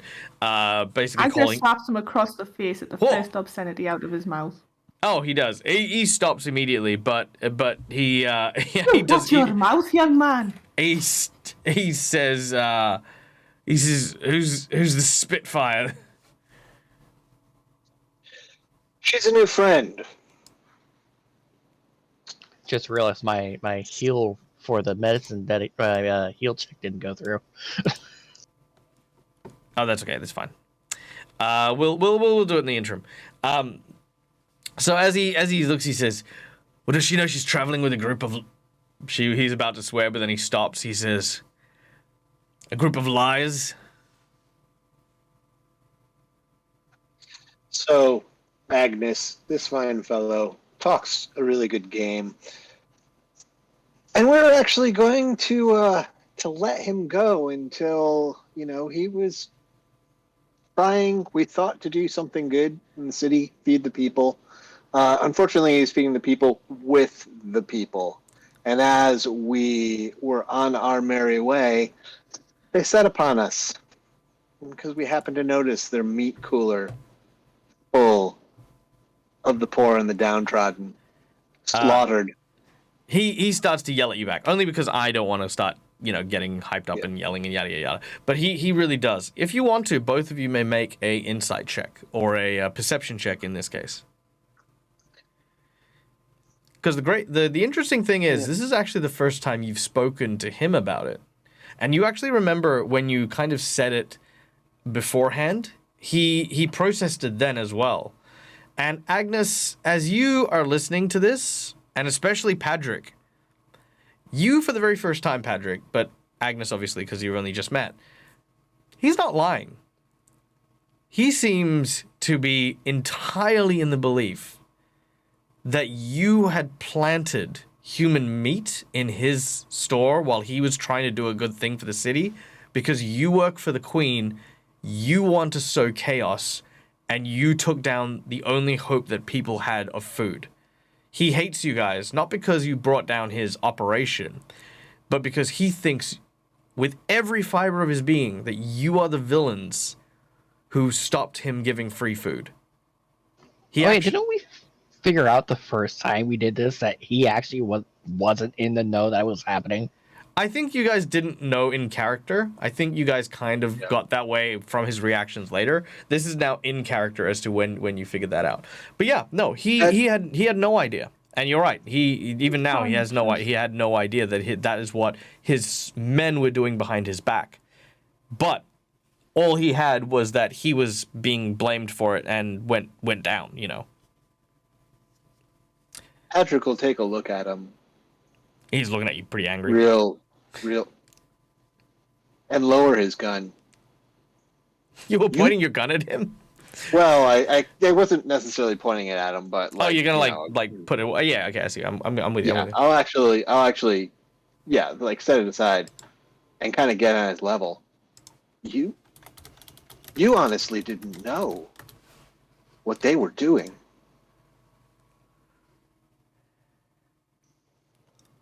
We were gonna let you go, and we believed you. And when we walked out, one of us caught a scent. Dante, he's got a good nose, and slipped into the store, the meat locker, and the meat was people. And we were attacked immediately and fought our way out. I assumed, as the leader, that you knew what your men were up to. He seems You to honestly didn't know. he still seems to believe that you're telling the story, right? Like the story he's been fed, the story that he was told, that that was what was happening. You can still tell that he struggles to believe that that was the case. But I want you to make a diplomacy check. Sure. I'm gonna also untie him. I don't know if that will give me a bonus to it. I'm gonna say no, and based on that action, it might turn into something else, but we'll find out. Oh no. All right, diplomacy. I'm fantastic at that. That's pretty good. 15. With a For a 15, flat roll, it's a flat roll. Yeah, no, it's I got nothing untrained. on there. Yeah. So he takes a moment, and he realizes that you have nothing to gain from lying to him here. He's bound. He's gagged. As far as you can tell, no one's gonna find him here, and he's kind of the mindset that maybe you're here to finish the job. Like, that's maybe why he was brought here in the first place, to like be tied up and then offed by you guys. But as you move to untie him, it looks like he's about to take a swing at you when he stops. And he realizes that you are being genuine. And he says, "You didn't put those carcasses in the fridge, did you?" No, when we showed up, that was the first time we've ever been to that store. We're not working for the Queen. We're working with the guards. But there's a difference. Because it was in all the papers. Everyone says you're working with the Queen, that you're the adventurers that saved the city from blah blah blah, whatever. It does make life a little bit easier for us for now, but that is not entirely the case. In fact, we have reservations. yeah. Sometimes you got to work within the system to find out what's really going on. Half of us at that place, we left the guard because of the system. The system wasn't helping people, and that's what we tried to do. I didn't realize. Hey, we didn't realize either. You were in charge. I figured you knew. But yes, that was what was happening, and that was what we uncovered. And what's going on here? I mean, Cressida is trying to keep the guard from being subsumed by the Queen. The Queen is trying to muscle in. She's got her own force. She's got all of these doctors who are doing who knows what. If the guards get thrown out of power, there is nothing to protect the populace of this city anymore. That's true, but look, if the Queen's trying to replace the guards, then well, what's to be done? The people here are going to be the ones to suffer. Well, We that's need what we're to- find out. You also know that you're here to try and gain money from Lord Carowin, who is supposed to support the guard in lieu of the Queen. To dial back to why you're here. Right now, what we're doing is trying to gain allies to keep an independent guard in place. That's what we're here for. That's what we're looking for Lord Corwin. We came into this absolute, well, you've been in a closet, so there's a lot of dead people and Actually- zombies. Who put you in the closet? This elven woman. Okay. He begins to tell the story. You know what? We have time for it. We'll do it super quick. He says that after his incident with you guys, he went back to doing the family business, which was, of course, mercenary work. He hired himself out to Lord Carowin and his house. Predominantly, his role was actually to spy on Lord Carowin's sister. He did his best and actually found himself being compromised feeling emotions towards his sister and asked instead to be reassigned. He was at the gala when everything first happened. It was a standard banquet. Everything was going fine, but then the plague broke out, and all of the rich nobles decided to lock themselves here indefinitely until the poor and the impoverished were all wiped out. It left a bad taste in his mouth, but he was already here. And to be honest, if he had gone back out there, he, would have protected the people. He would have done stuff. But Lady Carowin was in here, and in a moment of weakness, he decided to stay. He continued to protect and guard as the guests were filing in one at a time, and until a elven woman arrived. She wasn't on the guest list, but the next thing he knew, there was the sounds of screaming, of running, and his head was in a daze. He saw the massacre that befell most of the nobles, and Lord Carowin talking to this woman as if they were old acquaintances.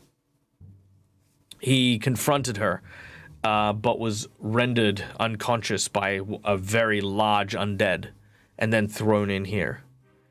Every now and then, the elf comes in to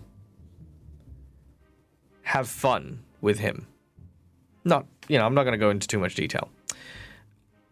But he stayed strong, because she had always said and always promised that the Carowins were alive. When you came in, I presumed that this was over, that I had been played and I was going to get killed. But this woman, she's mad. If she does have the Carowins alive, then they would be in probably a worse state than I am. Do you know where on the estate would be most likely for her to lock them up or to put them? If I had to guess, I would say 3 places stand into mind. The basement beneath the kitchen, the servants' quarters, or upstairs in the study. Right. But I will say this, I have a lot to atone for. The responsibilities of my men should fall on my shoulders, and I was so sure that you had set me up. I swore to get my revenge and kill you all. But if what you say is indeed true, and then I am in the wrong here. And I will return to the gods, one way or another.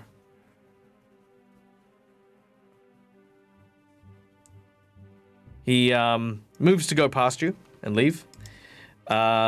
But as he does so, he takes one last look and says, I do hope you find them. And if Lady Carowin is here, please just tell her that I went home. We will, and when we report back to Cressida, we'll put in a word for you as well. He nods. He smiles very slightly, but leaves. He has no weapons and armor on him. He's just like kind of walking out into the street. At this point, you can actually see his back for the first time, and it has been lashed countless times. He did not have it easy while he was here. And as he leaves, the silence that once again falls over the mansion that you're in is only broken by the same sounds of creatures and things shuffling and moving in the dark. And somewhere deep within the mansion, a blindfolded, bound, and gagged human softly sobs in the dark. And that is where we're going to end today's session. Thank you, everyone, for joining us. We hope you had a wonderful time. My name is Mike. I'm the Dead Aussie Gamer. This is my place. This is my face. We run a ton of games here. I want to give a huge shout out to everyone for today's game. Not only was there a massive amount of support from all of the donations and all of the bits and all of the subs, like, I'm so blown away by you guys, like, today. I'm like riding a massive high, and I've been trying to like stay in DM mode and not like frantic Michael mode. But guys, you're so generous, and I want to just take a moment to thank you guys. Like, honestly, it's stuff like this that make me want to do more games. I want this game to go for another 4 hours. You know, like, it's nuts. You guys give me so much energy, and I want to thank you all, whether or not you donated, whether or not you were just here, just in chat, whether or not you were, of course, my amazing players. You are all so important to me, and I wanted to take you and say thank you, really sincerely thank you for today.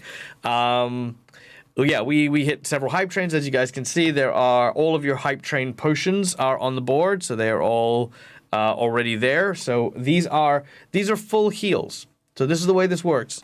Upon consumption of one of these potions, which cannot be replicated, you will restore. It'll be treated as though that person has had a full rest. However, if you take a second within a 24-hour period before having a full rest, there are massive drawbacks. So just bear that in mind as you go in. It's kind of like you know, like addiction drugs and, you know, that kind of thing, or overclocking your body. That sort of stuff will start playing into effect if you take more than one a day. Like Red Bull. There you go. Like Red Bull. All right. Thank you so much, everyone. A special thank you to our sponsors, Hero Forge, for the wonderful artworks, and, of course, Fantasy Grounds for our VTT of choice, Sirenscape for the beautiful sounds, and, of course, to everyone here. For one last time, guys, just another thank you to the Discord stuff that we now got working, so everyone can talk, and, like, you can see who's talking.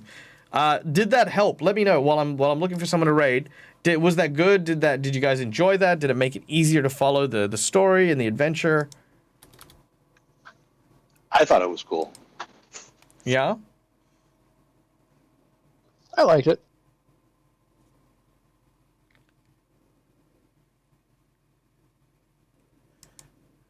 All right, let's see who is doing stuff.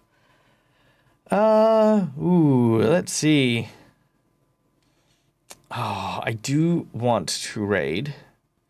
I want to raid Scarlet, but there is someone else I really want to raid. You know what? Let's raid Chaotic Neutral Goblin. So they are prepping their Pathfinder game. So we're going to go and share some love and, you know, go stand by our Pathfinder brethren. Thank you so much for joining. Thank you so much for being here. Be sure to throw all of the raid emotes, all the loves, all the likes. Enjoy the rest of your evening or whatever day it happens to be. Be sure to tune in. What are we doing? Tune in on Wednesday for Rime of the Frost Maiden. Also, Thursday morning, like 2 a.m. for me, which will be Eastern Standard, 3 p.m. on a Wednesday? Yes. I will be playing Dragonlance with Guy from How to Be a Great GM. So be sure to check that out when it comes out, because we're doing Session 0 live for you guys to enjoy. So hopefully we'll see you there. Thank you very much, everyone. Until we meet again, as always, from me to you, game hard or die trying. Good night, guys. Bye. Bye.